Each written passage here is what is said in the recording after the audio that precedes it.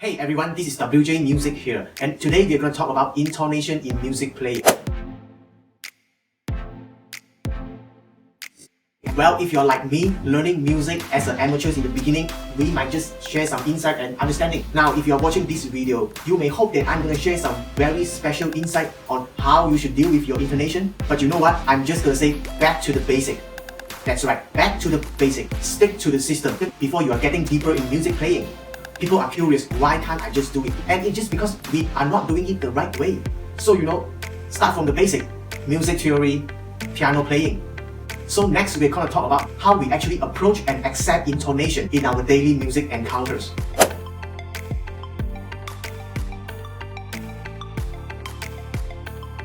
From my understanding and experience, we basically start with acoustic impressions. Nothing more than that, just an impression. And next, we progress into recognizing and identifying a group of notes, maybe a major or minor, and even chords progression. And finally, individual notes.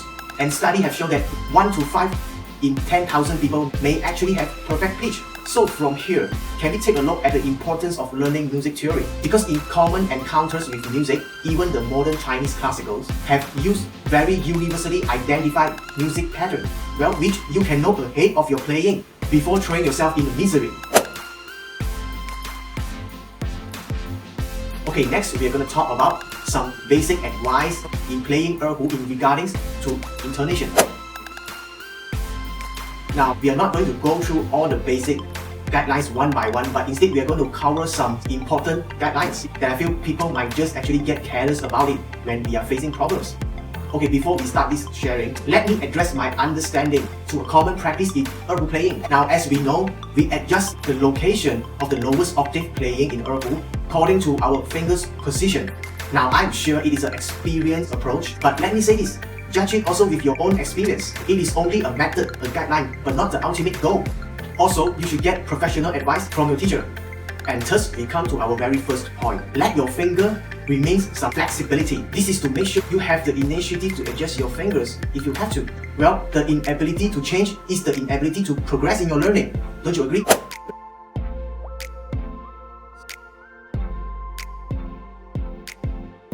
Next, I need you to focus on the stability of your left hand or your palm while you are switching position on your Erhu.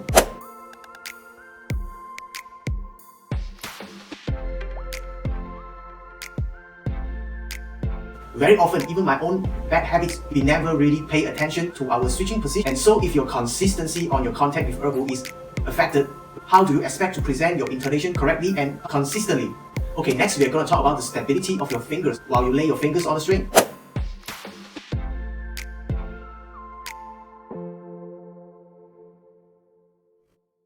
Due to short and rapid learning on Erhu, a lot of people might just apply vibrato on their playing too early, and a lot of them are immature in judgment between aesthetic pleasure or incorrect intonation.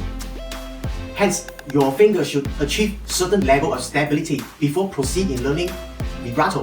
Okay, next we can talk about glissando. Well, a lot of people don't really give a damn about the pitch when we are doing glissando. However, I suggest we be mindful about our intonation while we are playing it.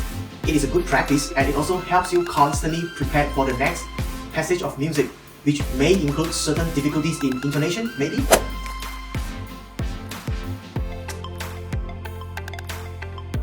Okay, after some technical analysis, I'm going to talk about some concept in music practice. To understand this, the basic of music practice is so that you can replicate your technical standard in your practice into your performance on stage. So pay attention to your left hand consistency while you practice.